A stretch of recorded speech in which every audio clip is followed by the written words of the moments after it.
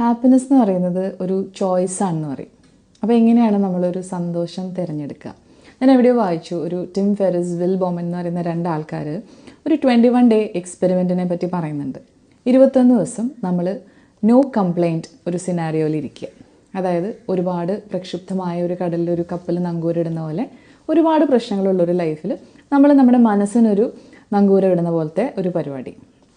No complaints, no criticism, no blaming, no self doubt. ഒരു 21 ദിവസത്തേക്ക് നമ്മളെയും കംപ്ലയിൻറ്റ് ചെയ്യാൻ, നമ്മളെപ്പറ്റിയും അല്ലെങ്കിൽ മറ്റുള്ളവരെ പറ്റിയും നമ്മൾ ക്രിട്ടിസൈസ് ചെയ്യാനോ കംപ്ലയിൻറ്റ് ചെയ്യാനോ പാടില്ല. അങ്ങനെ നമ്മൾ ശ്രമിച്ചു നോക്കുക. ഇതിനിടയിൽ നമ്മൾ സ്ലിപ്പായാലും നമ്മൾ ഒന്നേന്ന് തുടങ്ങുക. അതേസമയം നമ്മളുടെ ഒരു ഡേ മാക്സിമം പ്രൊഡക്റ്റീവായിട്ട് ഇതിനോടൊപ്പം കൊണ്ടുപോകാനും നോക്കുക. ഫോർ എക്സാമ്പിൾ, നമ്മൾ ഏറ്റവും ബെസ്റ്റായിട്ടുള്ള 3 hours ഏറ്റവും ടഫായിട്ടുള്ള കാര്യങ്ങൾ ചെയ്യുക, പ്രധാനപ്പെട്ട കാര്യങ്ങൾ ചെയ്തു തീർക്കുക. ഒരു 50% ഒക്കെ ഡിഫിക്കൽട്ടി ഉള്ള കാര്യങ്ങൾ അല്ലെങ്കിൽ അത്യാവശ്യമുള്ള കാര്യങ്ങൾ നമ്മളൊരു നെക്സ്റ്റ് 3 hours ചെയ്യുക. നമുക്ക് ഒട്ടും മൂഡില്ലാത്ത അല്ലെങ്കിൽ നമ്മുടെ തീരെ പ്രൊഡക്റ്റീവ് അല്ല എന്ന് നമുക്ക് തോന്നുന്ന 3 hours നമുക്ക് ഏറ്റവും ഇഷ്ടമുള്ള കാര്യങ്ങൾ ചെയ്യാം. അപ്പോൾ നമ്മുടെ മൂഡ് ഓട്ടോമാറ്റിക്കലി ലിഫ്റ്റഡ് ആവും.